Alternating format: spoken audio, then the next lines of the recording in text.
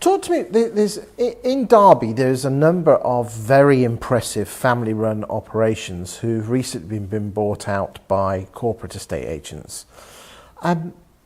What message would you give to the landlords, those landlords?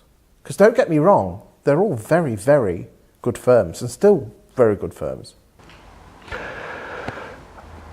I think one of the things when I see these articles and acquisitions that have taken place, I always think that a landlord's made a conscious decision to go with a particular agent in the first place.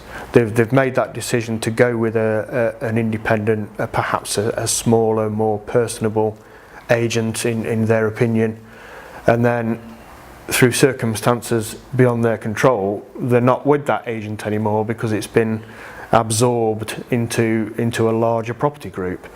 So then they've got two options. They either stay with it and see what happens, or they can obviously look at potentially moving agents back to an independent that they actually set out to be with. But it's just like people don't swap banks, landlords don't tend to swap letting agents. Why do you think that is the case? Is it their perception's wrong, or it's hard work, or you're all the same? I think they think it's difficult. So a lot of landlords are unhappy with their agents. Certainly in my experience of speaking with them, and I get a lot of calls from landlords that aren't our landlords, but are landlords of properties that are unhappy and want advice. So we'll gladly help them as much as we can. So they'll come to us and say, I've got this issue, it's not being dealt with. Of course, you'll just say, go back to your agents. Yeah, well, go back to your agents. Well, I'm not. You don't work for it. We don't work for you. Or do you help them? No, I would never say that. Yeah, I help them every time. So they'll come to us and say they've got a problem, and what should they do? What they don't realise, most landlords' perception is that actually they've got to wait until the tenant leaves the property before they move it to another agent, and that's not the case obviously at all.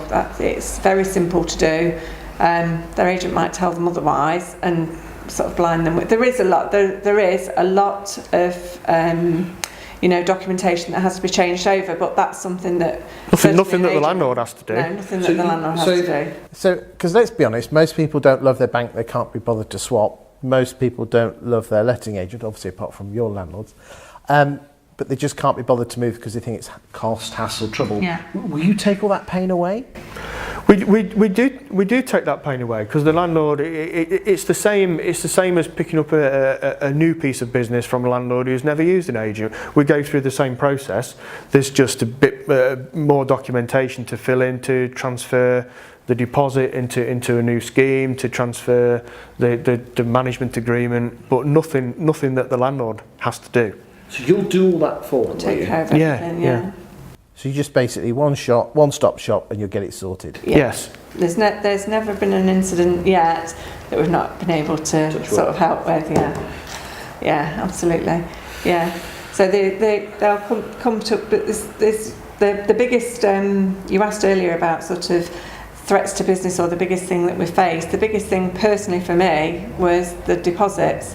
And the deposit legislation that came in 2007, that was huge to the industry. The day that they brought the legislation in was a bank holiday, so all the solicitors were closed. And at 5:30, I think it was, in the morning, Kelly, Simon and myself were in the office trying to cobble a tenancy agreement together with the latest information that we could glean from what they were going to do. So that was a massive. That's going the extra mile, isn't it? Yeah. Well, it was a massive. You can't. There's no point. You may as well not bother with a contract if you're not going to make sure it's right. So. Yeah, because it won't stand up. No. Because if the contract's wrong, then the landlord might have a property that they can't never move back into, or be flipping hard work to get back. Yeah. Well, I mean, without going into boring Section 21s and all that, there's rules about how they have to be delivered and by what time of what day, and it's that precise. So if it's not done properly and there's an issue with the tenant, or eviction proceedings having to take place, if the I's aren't dotted and the T's aren't crossed, then a decent solicitor will just throw it out. So it's all down to making sure you're doing everything right, and I'm not sure that's going the extra mile. That's just doing what you should be doing. we're actively encouraging landlords to come and see us, whether that's existing landlords or new landlords of obviously looking around agents and seeing who they want to use, or landlords that want to move agents. We're actively encourage them to come and sit down, one, to see what we're all about, and two, so we can talk to them to find out what they want from us, because landlords' requirements are different. It's properties for pensions, properties for investment, short-term income. We need to know what they want, so we need to know what to provide.